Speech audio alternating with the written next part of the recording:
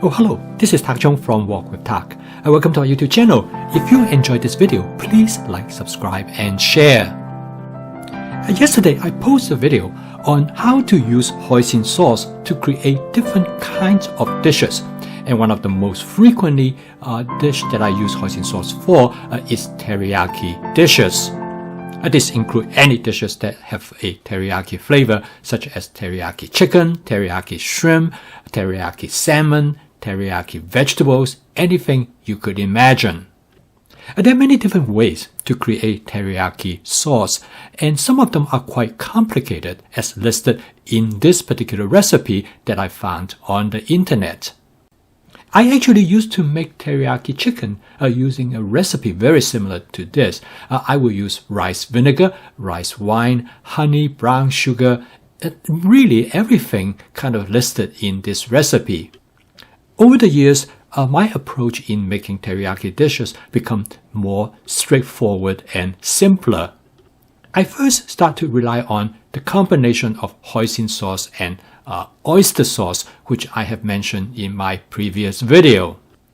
But later on, I find out that I can modify the flavor of the teriyaki sauce by adding some other pre-made sauces that I can get at the supermarket, usually at a very reasonable price.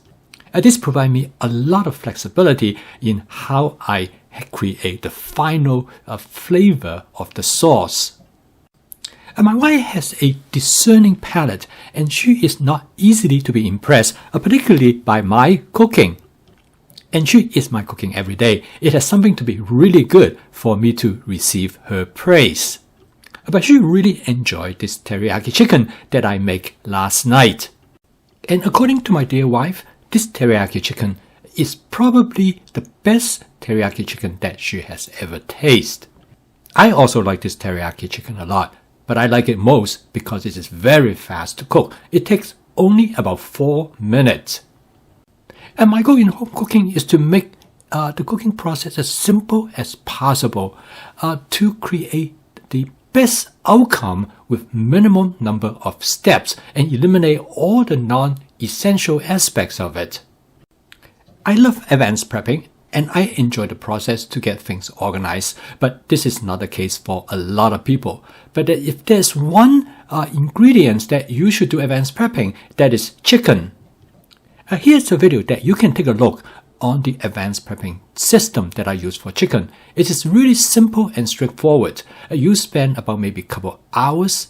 You will be able to prep enough chicken for you to use for the next several weeks.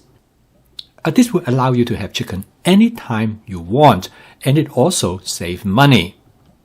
The prepping steps actually are very simple. All you have to do is to cut up the chicken, and then you freeze them, in my case, using Ziploc sandwich bag.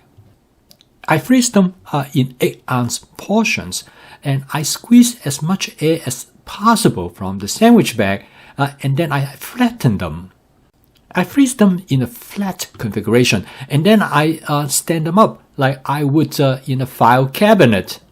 And when I'm ready to use the chicken, I put them in a bowl of lukewarm water, and they will be thawed out in about 10 minutes. This not only allows you to control how many chicken that you want to use to cook your dishes, but it also allows you to have chicken anytime you want. This teriyaki chicken tastes great. It's not just because of the sauce that creates this chicken, but it also the texture of the chicken. As you can see here, this teriyaki chicken, the chicken almost looks like they have been grilled. There is a light charring on the surface of the chicken, and this is what makes the chicken taste great. In fact, you cannot see it very well in this photo, but the chicken actually has a thin layer of breading and make them slightly crispy as well. And this is one of the reasons that this teriyaki chicken that my wife thinks is better tasting than any other teriyaki chicken that she has tasted before. The secret in create such a teriyaki chicken is by coating the chicken first with cornstarch, seasoning, and a touch of sugar. I coat the chicken with 1 tablespoon of cornstarch, followed by some seasoning mix, and you can use any one you want. But the key is that you should have some sugar in the seasoning mix because that is responsible for creating the charring on the surface of the chicken. And this is all you have to do, and it takes only a few minutes before you cook the chicken. I'm going to cook the chicken in my Cuisinart 14-inch stainless steel wok. I'm going to start out with 2 tablespoons of canola oil. Like all stainless steel cookware, this wok has a natural surface without non-stick coating. In order to create a non-stick cooked surface, I'm going to season the wok using my spot seasoning method. And the method is very simple. All I have to do is to heat up the oil until it starts to smoke gently. I will then turn down the heat or turn off the heat completely depending on the type of stove that you are using. And I will let the oil to smoke for another 15 seconds before I start to cook. This is the time when the wok is being seasoned. I turn the heat back to high and now I am ready to cook.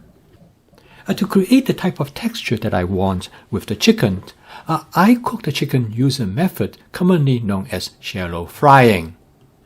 It is very similar to deep frying, except you only use a very small amount of cooking oil.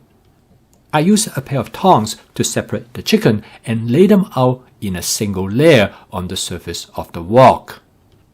I really like the Cuisinart 14-inch stainless steel wok for the single purpose is that it has a relatively large flat surface area, so you can use it like a small frying pan. And this is just large enough to have enough room for me to spread out the chicken on the surface of the wok. Because the chicken has been thinly sliced, this allows them to be cooked very rapidly. Usually in about 30 to 45 seconds, you are ready to turn the chicken over to fry the other side. You notice that the chicken rapidly develops charring on the side that are being fried. The reason is because of the presence of sugar, which caramelizes on the surface of the chicken. Furthermore, the cornstarch on the surface of the chicken form a thin breading that keep the inside of the chicken tender and moist. When you cut the chicken, it is not the size of the chicken that is important, but it's the thickness of the chicken. The thinner it is, the faster it's going to be cooked. This shallow fry method is very effective, allowing you to cook any type of meat or fish or shrimp as long as they are thinly sliced. Again, the sugar here plays a very important role because it is the caramelization of the sugar that creates the charring on the surface of the chicken. It makes the chicken take on an appearance that as they have been grilled, but it also adds great flavor to the chicken. By coating the chicken with the cornstarch as well as a seasoning agent, it adds flavors to the chicken because the cornstarch seals in the flavor of the seasoning agents. And by using different type of seasoning mix, you can create chicken of different flavors. This method is efficient and fast at creating chickens with great flavor. After I have used this method to cook my chickens, my wife told me that I could not cook chicken any other ways.